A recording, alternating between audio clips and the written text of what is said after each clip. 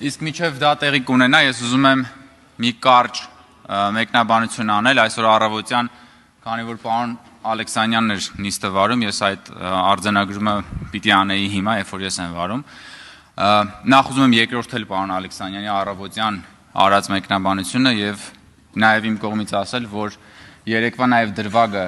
նիստի ժամանակ Հայաստան դաշինքի իմ գործընկերների հետ պիտի ասեմ, որ գտնում եմ, որ այսուհետ Ազգային ժողովի նիստի բնականon ընթացքը ապահովելու տեսանկյունից երկուստեք պիտի փորձենք ամեն բան անել, որպեսզի նման իրավիճակներ չլինեն։ Ես նաև որպես ԱԺ փոխնախագահ այդ պատասխանատվությունը ստանձնում եմ, որ հետագայում իմ կողմից այդ քայլերն անեմ, որովհետև կարծում եմ, որ այնուամենայնիվ մենք 8-րդ գումարման խորհրդարանում արդեն ինչքան հնարավոր է սրություն ապահովել ենք եւ այս գումարման խորհրդարանում պիտի փորձենք թիրախավորել ոչ թե իրար, այլ պիտի փորձենք թիրախավորել գաղափարները։